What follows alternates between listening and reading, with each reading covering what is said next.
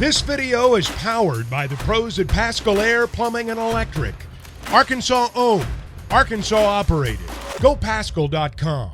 Richard, let's start with Easter. How difficult was it for this coaching staff to fend off Dow Loggins in South Carolina?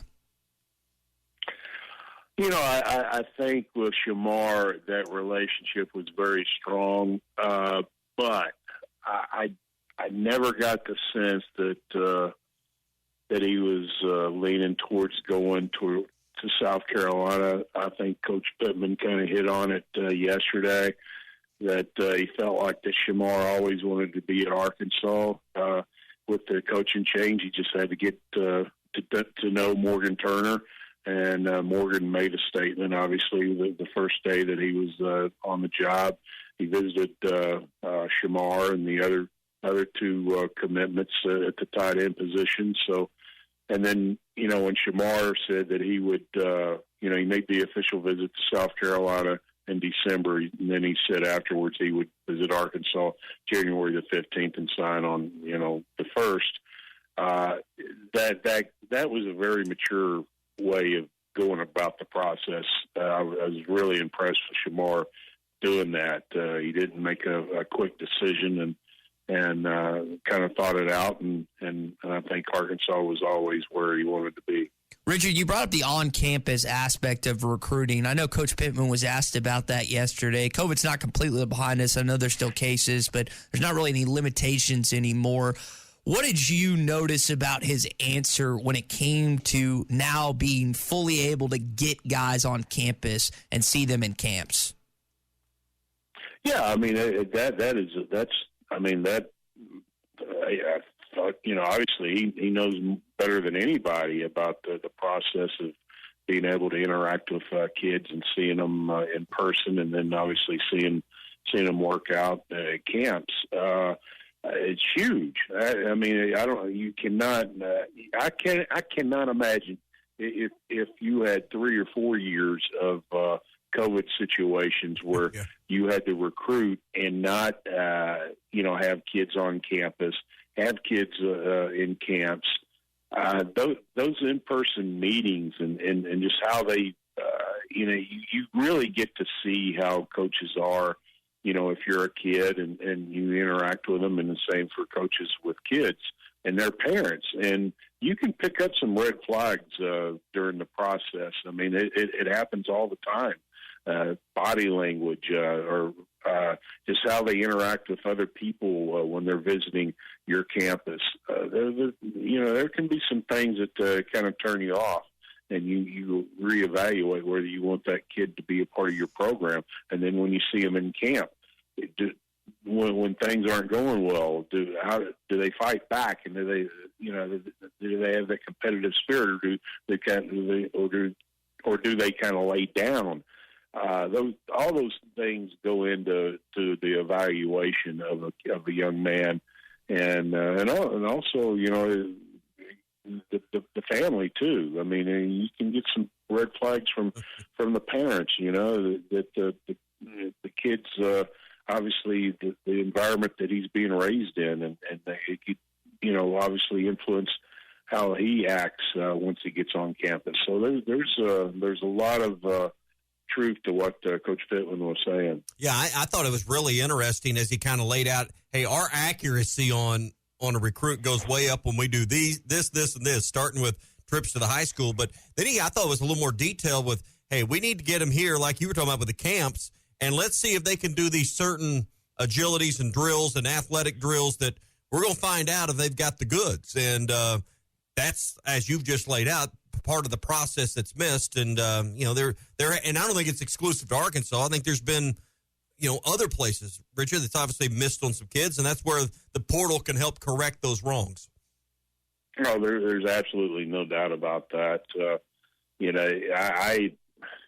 I can't imagine recruiting and not being able to see a kid face to face and their parents, and it's just like any business meeting or any kind of a relationship. When you're dealing with trying to buy a car, can you imagine doing that over a Zoom or something like that, and just being able to just see the car from the Zoom. That's what they want you to do now, though. Carvana? It's amazing. That's the world.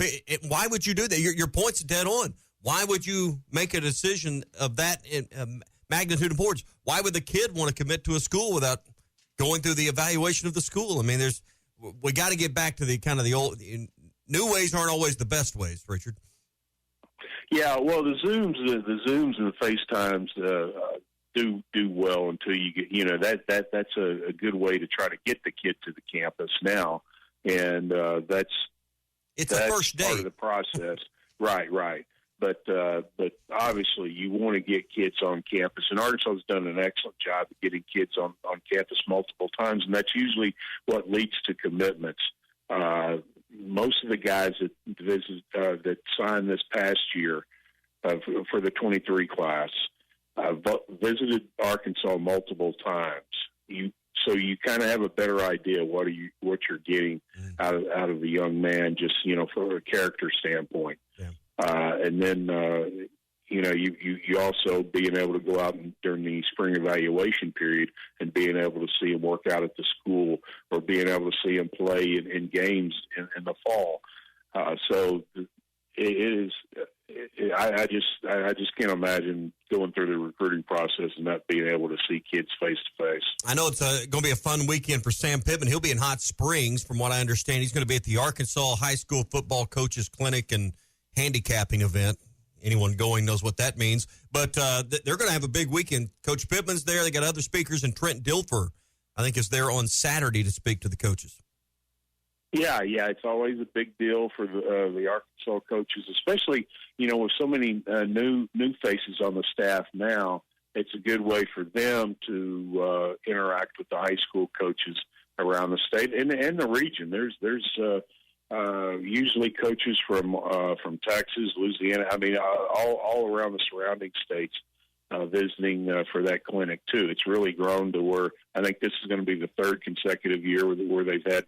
They'll have more than 1,000 coaches on from the region, and mostly from the state of Arkansas, but surrounding states too. So it's a good way for the high school coaches and the Arkansas staff to continue to build those relationships. And they're also going to do something that they haven't done in a while, probably since Coach Beeland's staff, where the assistant coaches, after Coach Pittman talks, that they'll hold 30 minute to an hour type breakout session with coaches and kind of go over what their philosophy of coaching is and some of the things that they teach, and the high school coaches can kind of banter with them and ask questions, and so that I think that's going to be a good deal for the high school coaches and the staff at Arkansas. Richard, let's stay on Arkansas high school football for a sec. You only got 3 guys in state that have high school. One was a transfer in Criswell. Is that down relative to how many in-state guys they usually bring in every year? Oh yeah, no doubt. I did a column recently about the numbers, and it's usually right around 5-6 guys that a number of guys that they offer each year in state, and usually that's the number that they usually come up with, as far as signees, around 5 or 6. But obviously have years where, like they did in 2022, where they had 10 signees from the state.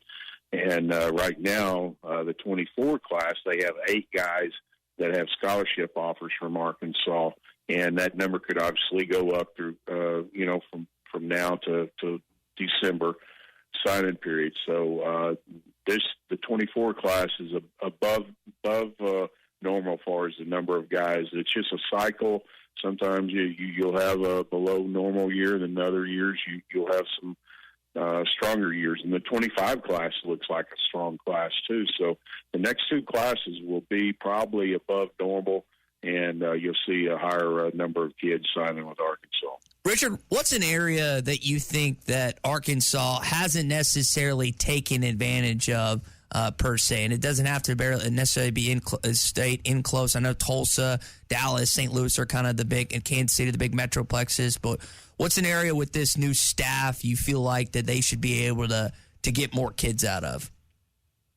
Well, you're seeing it, especially with the number of offers. They're really hitting Mississippi a lot because of that's where Deke Adams is from, Coach Woodson is from, and the number of offers that I've seen to the state of Mississippi have gone up drastically just with those two coaches on staff.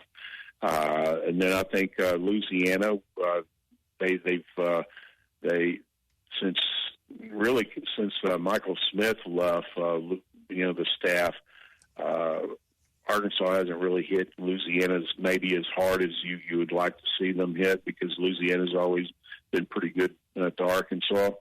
So I think with Coach Wilson being a New Orleans native, I think that's going to help them down in Louisiana.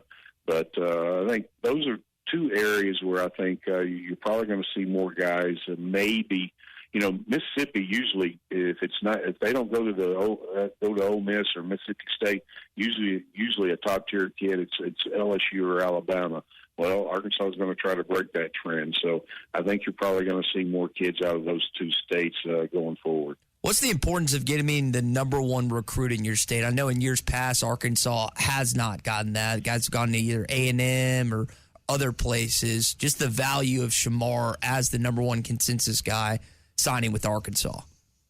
Well, it sends a message, and it's kind of like in basketball. When the number one guy in the state of Arkansas signs, it kind of sends a message to the in-state guys that, because all the in-state guys know one another for the most part. And when the number one guy goes to the University of Arkansas, it kind of creates, a little bit of a buzz and a little bit maybe more momentum for kids to take a look at Arkansas, maybe a little harder than maybe what they were. Who knows? What's the schedule look like coming up? It all gets confusing. I know that we're 6 weeks or so from the start of spring football, but what's the recruiting calendar looking like? And then when does that late portal period open up before the end of spring semester and after spring football? Well, we're in the middle of the dead period right now. Started the 30th of January. It goes to February the 28th, and then it opens back up. You'll start having visits in March, especially around spring practice, and then the portal opens back up May 1st through the 15th. But obviously, there's still kids in the portal now that haven't found a place to go as of right now. So you're probably still evaluating those guys, but you're definitely looking forward to. If you're Arkansas and all the other schools, you're looking towards that May 1 through the 15th. What ends up happening to those guys that just never get selected out of the portal? Well, that's the danger of it. A lot of them, I know one particular young man was wanting to stay at a high D1 level, and his options weren't there, and he was somewhat discouraged having to go to a lower level D1 school. But that's where you got to know your self-worth and know your value. And a lot of guys, if they don't go down, they may not have a landing spot, and it happens every year. You just have to be careful and know your worth. And I think sometimes kids are told by people that are around them that they're a little more worth, and their value is a little higher than what it actually is. And that's where you got to be careful about the crazy uncles and stuff. Got to listen to the right people. Richard, be safe out there, and we'll talk to you next Thursday. BetOnline remains your number one source for all your sports betting this season. Everything from the NFL and bowl season to esports. You'll find the latest odds, team matchup info, player news, and game trends at BetOnline. BetOnline features live betting, free contests, and live scores for almost any sport or game imaginable. We're the fastest and easiest way to bet on all your favorite leagues and events. Head to betonline.ag to join and receive a 50% welcome bonus on your first deposit. Make sure to use the promo code BELIEVE to receive your rewards. That's BLEAV. BetOnline, where the game starts.